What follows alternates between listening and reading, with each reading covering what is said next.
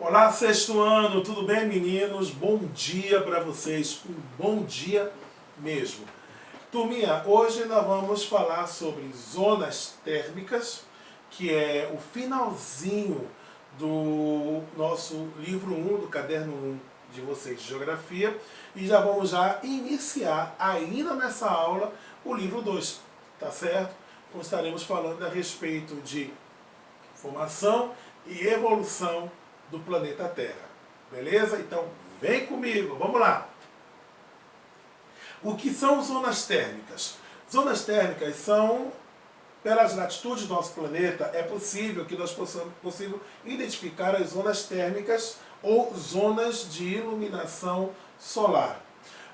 Assim, como o nosso planeta ele tem o formato geóide, ele é arredondado na região da linha do Equador e achatado nos polos, os raios solares eles vão incidir de forma diferente sobre a superfície da Terra. Ele não vai incidir de forma igual, de uma forma equivalente em todos os pontos da superfície da Terra, como incidiria, por exemplo, se a superfície da Terra fosse plana. Repetindo, a Terra não é plana. A Terra ela tem um formato geóide. Ela parece com uma bola. Tá certo? Não esqueçam disso jamais, tá, meninos? E aí, com base justamente nessas diferenças de iluminação, da forma como os raios do Sol eles vão incidir sobre a superfície da Terra, nós vamos ter pontos mais quentes e pontos mais frios. Pontos de temperatura mais elevada e pontos com temperatura mais baixa. Tem áreas da Terra que você vai ter calor o ano inteiro. E vai ter áreas da Terra que você vai ter como temperatura máxima a 0 grau. Tá certo? E aí essas zonas térmicas, ou também chamadas de zonas macroclimáticas, que nós vamos estar mostrando para vocês neste momento. Segura um instantinho. Na região tropical ou na chamada zona tórrida, a temperatura ela é mais elevada porque os raios solares eles vão incidir de forma vertical, ou seja, eles vão incidir em pé, tá certo? De uma forma muito mais direta. Isso na linha do Equador, que nós já estudamos sobre isso quando falamos a respeito de coordenadas geográficas, paralelos e meridianos. A proporção que você vai deixando a linha do Equador e você vai avançando em direção aos polos, seja polo norte, seja polo sul, os raios solares eles vão começar a mudar a sua inclinação. Eles vão ficando, na verdade, mais inclinados. Então, ao invés de eles incidirem de forma vertical, eles vão ficando inclinados, vão ficando oblíquo, até chegar o momento que eles vão estar praticamente na horizontal. E quando eles passam na horizontal, vai ter pontos que eles vão passar praticamente que direto, quase sem tocar na superfície da Terra. Quanto mais inclinada for, mais inclinados forem os raios solares sobre uma região, menor será a temperatura, mais frio será. Quanto mais vertical forem a incidência de raios solares em uma região, maior será a temperatura, mais quente será o local. Então, por exemplo, se na zona da linha do Equador a temperatura é mais alta, nós vamos perceber que, indo para o Trópico de Câncer, no hemisfério norte, ou o Trópico de Capricórnio, no hemisfério sul, nós vamos ter temperaturas mais amenas, vamos ter temperaturas um pouco mais baixas, que vai ser justamente a região de zona temperada. E saindo dos trópicos de Capricórnio, sul, e Câncer, norte, e em direção aos polos, Círculo Polar Ártico no norte e Círculo Polar Antártico no sul, nós vamos ter temperaturas mais frias ainda, porque nós vamos ter justamente os raios solares agindo de uma forma, pode passar, de uma forma mais oblíqua. E aí, o resultado é o que eu vou mostrar agora para vocês nesse desenho. Essas zonas térmicas. Então nós temos entre o Círculo Polar Ártico e o Polo Norte, nós temos a zona polar, ou zona polar do norte, ou zona polar boreal. Aí entre o Círculo Polar Ártico e o Trópico de Câncer, teremos a zona temperada. Qual é a característica da zona polar, tio? A característica da zona polar sexto ano é de que nessa região as temperaturas elas são baixas o ano todo, tá certo? Então nas 4 estações do ano, outono, inverno, primavera e verão, as temperaturas sempre serão baixas. Obviamente que no verão vamos ter a temperatura chegando a 0 grau, tá certo? Que para nós aqui da zona tórrida ou zona tropical é gelado pra caramba, tá certo? Mas para a zona polar é considerado uma temperatura agradável. Na zona temperada, as 4 estações do ano elas estão muito bem definidas. Quando é verão mesmo. As temperaturas elas ultrapassam com facilidade os 30 graus Celsius, tá certo? Faz bastante calor. Por exemplo, na Europa mesmo, na época do verão, tem áreas da Europa, como por exemplo Paris, ou a cidade de Paris, na França, e a cidade de Frankfurt, na Alemanha, que a temperatura chega a 40 graus. Moscou, capital da Rússia, na época do verão, a temperatura bate lá 42, 44 graus. Aqui, na cidade de Ilhéus, a temperatura não chega a 42 graus. Tá certo? O dia mais quente na cidade de Ilhéus, a temperatura está por volta de 38 graus. Mas jamais chegou aos 40, que dirá 42 graus Celsius de temperatura. É uma característica de zona temperada mesmo. Quando chega no outono, nós teremos a presença das chamadas árvores caducas, ou que têm folhas decíduas. Tio, o que é isso? São árvores que perdem suas folhas em determinadas épocas do ano, geralmente no período do outono. É quando venta bastante, a temperatura começa a cair, ela começa a girar na casa dos seus 18, 19, 20 graus. E aí vem o inverno. Na época do inverno, baixas temperaturas, com a precipitação de neve, com a presença de neve. A depender da região, as temperaturas elas podem cair para menos 10, menos 15 graus. Você lembra da cidade de Moscou, que eu falei que chega a 42, 44 graus no verão? Pois bem, no inverno chega a 20 graus negativos. 20 graus abaixo de zero. Será que dá para usar um biquíni ou dá para usar uma sunga na cidade de Moscou nessa época do ano? Dá nada, menino. E aí nós temos a primavera. Na primavera vamos ter o florescimento das plantas, etc. E vamos ter uma elevação da temperatura. Entre o Trópico de Câncer, passando pela linha do Equador, e o Trópico de Capricórnio, nós temos a chamada zona intertropical, ou também chamada zona tórrida. Eu, particularmente, prefiro a designação de zona tórrida. Nessa área, os raios solares eles incidem de forma vertical, de forma direta, o que vai assegurar alta temperatura no ano inteiro. Na zona tórrida, ou na zona intertropical, apesar de oficialmente termos 4 estações, outono, inverno, primavera e verão, na prática só são 2 estações. A estação seca e a estação chuvosa. É a zona onde está localizada boa parte do território brasileiro. É onde está situada todo o território da Bahia, inclusive a nossa cidade, a cidade de Ilhéus. Está situada justamente na zona tórrida. Por exemplo, oficialmente nós estamos no mês de outono, mas já reparou como está quente? Que a temperatura ela não está baixando, não está abaixo de 22 graus. Quando está de madrugada, é que ela chega em torno de 21 graus, mais ou menos, mas ela não baixa, não fica abaixo de 21 graus. Ela fica no mínimo 21 graus, mas durante o dia a temperatura ela chega facilmente a 28, 29, 30 graus. É uma característica da zona tórrida, da zona intertropical. Estamos nos aproximando do inverno. O inverno aqui na cidade de Ilhéus, ele é chuvoso. O nosso inverno ele é chuvoso e é frio. Quer dizer, frio para os padrões baianos, que é justamente a temperatura em Ilhéus, quando a gente diz que é frio, é quando ela chega na casa de 21, 20 graus.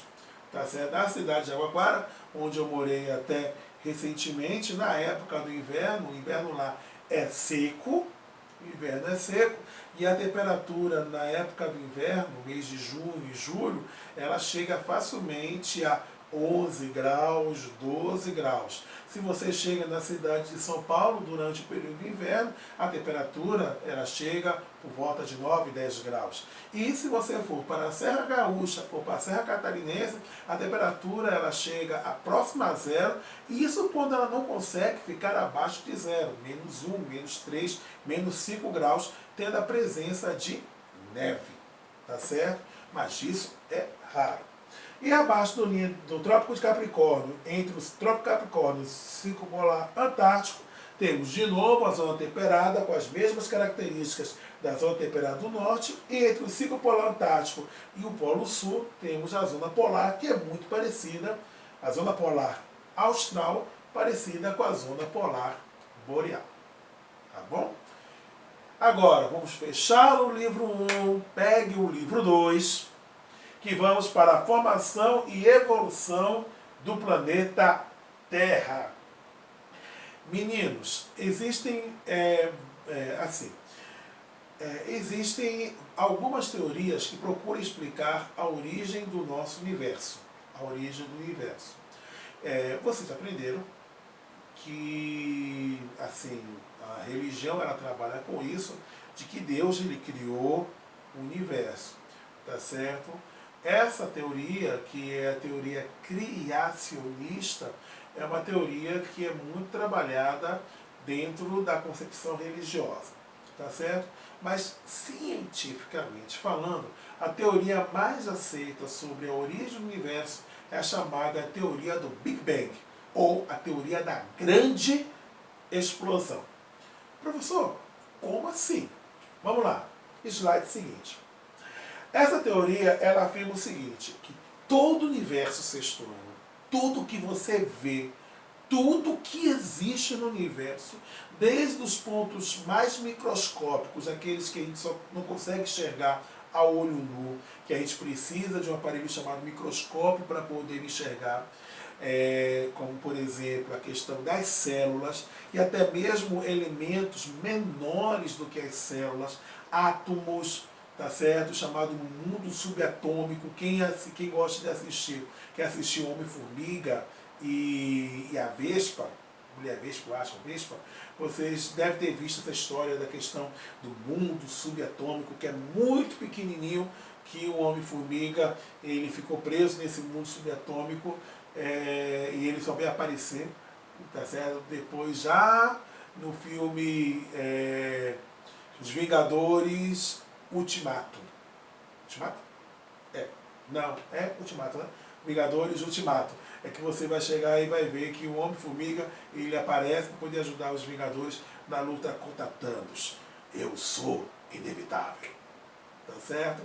Mas assim, desde esse mundo pequenininho a esse mundo macro, que são os planetas, as galáxias, as constelações, etc., de acordo com a teoria do Big Bang, tudo isso estava concentrado em um único ponto. Imagine só, todos os planetas do universo, todas as estrelas do universo, todos os corpos celestes do universo, todos os átomos que compõem toda a matéria do universo reunidos em um único ponto. Quer dizer, pega aí uma folha de caderno, pegue um lápis, faça um pontinho nessa folha de caderno. Imaginou? Está vendo esse pontinho? Você consegue imaginar que tudo que existe no universo concentrado nesse único ponto? De acordo com os cientistas, quando tudo o que existia ficava concentrado nesse único ponto, a temperatura ficou tão alta, mas tão alta, que chegou um momento que não aguentou todo mundo junto e explodiu. Provocou uma grande explosão. Por isso o nome de Big Bang, tá certo? A grande explosão. E nessa explosão, tudo que existe começou a se espalhar para todos os lados e entrou no processo que os cientistas chamam de processo de expansão. E quando isso aconteceu, tio? Há 13 bilhões 700 milhões de anos atrás. E ainda, de acordo com os cientistas, o universo continua a se expandir. De acordo com os cientistas, vai chegar um momento que o universo vai parar de se expandir, ele vai se estabilizar e depois ele vai começar a se encolher para voltar a se concentrar em um único ponto. Meninos, mas pode ficar tranquilos que quando isso acontecer, tanto eu quanto vocês, nós já estaremos mortos há bilhões de anos. Tá certo? Então, nem eu, nem você vamos ver. Nem os nossos tá certo? Parece aquela metralhadora. Bota tatara aí até daqui, até chegar do outro lado do universo e voltar, não vamos ver esse momento de concentração do Big Bang. Tá certo? Ou um novo Big Bang. Big Bang, segunda parte. E aqui tem um desenho que ilustra bem a teoria do Big Bang. Tá vendo? Tudo concentrado em um único ponto, acontece uma explosão e milésimos de segundos após essa explosão surgiram as primeiras partículas subatômicas. 380 mil anos após a explosão, os elétrons e núcleos se combinam e formam os átomos. Vocês vão estar estudando sobre elétrons, sobre prótons, etc. Quando vocês chegarem no 9º ano, quando vocês estudarem química, tá certo? Com tia Claudinha. E aí daqui a 300 milhões de anos depois do Big Bang, surgiram as primeiras galáxias e estrelas, e 9 bilhões de anos após o Big Bang é que começou a formar o Sistema Solar e surgiu o nosso planeta azulzinho chamado Terra. E em falando em planeta Terra, o nosso planeta ele surgiu há 4 bilhões 600 milhões de anos. Há 4,6 bilhões de anos. E ao contrário do que muita gente imagina, muita gente fica pensando que quando a Terra surgiu, a Terra já surgiu aquela bolinha azul bonitinha no espaço sideral. Não foi assim. A nosso planeta, assim como todos os corpos celestes que fazem parte do Sistema Solar, aí me refiro a planetas gigantes como Júpiter e Saturno, e planetas pequenos como o planeta Mercúrio, todos eles, quando surgiram, na verdade surgiram numa mistura de gás e poeira. Então, na verdade, assim, houve uma grande concentração de gás, que nesse gás que se concentrou junto com poeira, quando eu falo poeira, gente, não é poeira terrinha, não. Estou falando de poeira cósmica, tá certo? Foi se juntando e aí foi aumentando a temperatura no interior, no centro deste bolo de gás e poeira cósmica, que foi fazendo um movimento de rotação, ou seja, girando em torno do seu próprio eixo, criando o que nós chamamos de força gravitacional, que aí foi formando o Sol e alguns outros pontos também de poeira e gases foram formando também o seu movimento de rotação, foram criando sua força gravitacional, que aí foram formando os planetas. E um dos planetas que estavam sendo formados foi justamente a Terra. Só que a Terra, durante milhares de anos, foi bombardeada por milhares, centenas de milhares de cometas, de meteoros e asteroides. E graças a esses corpos celestes que foram se chocando com o nosso planeta nos seus primeiros milhares de anos, que aos poucos foi se formando uma massa sólida, tá certo? Uma massa sólida, e diversos elementos dessa massa eles começaram os elementos mais pesados, eles começaram a ir para o fundo. Elementos como níquel e ferro. E quanto mais eles foram para o fundo do nosso planeta, eles foram ficando mais quentes. E aí foram formando o núcleo da Terra, que nós vamos estar estudando na próxima aula, quando falaremos a respeito das camadas do nosso planeta. Falaremos sobre crosta terrestre, manto e núcleo. E aí os elementos mais leves, eles foram ficando mais próximos à superfície. Bota aí. Bota. Primeira imagem. E aí a imagem do nosso planeta, tá vendo isso aqui? Aqui é a Terra, nesse período que eu estou falando a vocês. Bota a imagem. Passa a imagem. Tá vendo? O nosso planeta, na verdade, era um planeta de fogo. Um planeta vermelho, incandescente, que praticamente não tinha atmosfera, que não tinha nuvens. A temperatura na superfície da Terra, ela ultrapassava 6.000 graus, que hoje é a temperatura da superfície do Sol. A superfície do Sol, ela tem a temperatura de 6.000 graus centígrados. E o interior do Sol tem aproximadamente 20 milhões de graus centígrados. Dá para poder ficar bronzeado ali, né? Dá ou não dá? Então imagina, no caso, a temperatura do nosso planeta, como é que estava. A vida não existia. Tanto é que essa fase é chamada de Era Azoica, que significa época sem vida.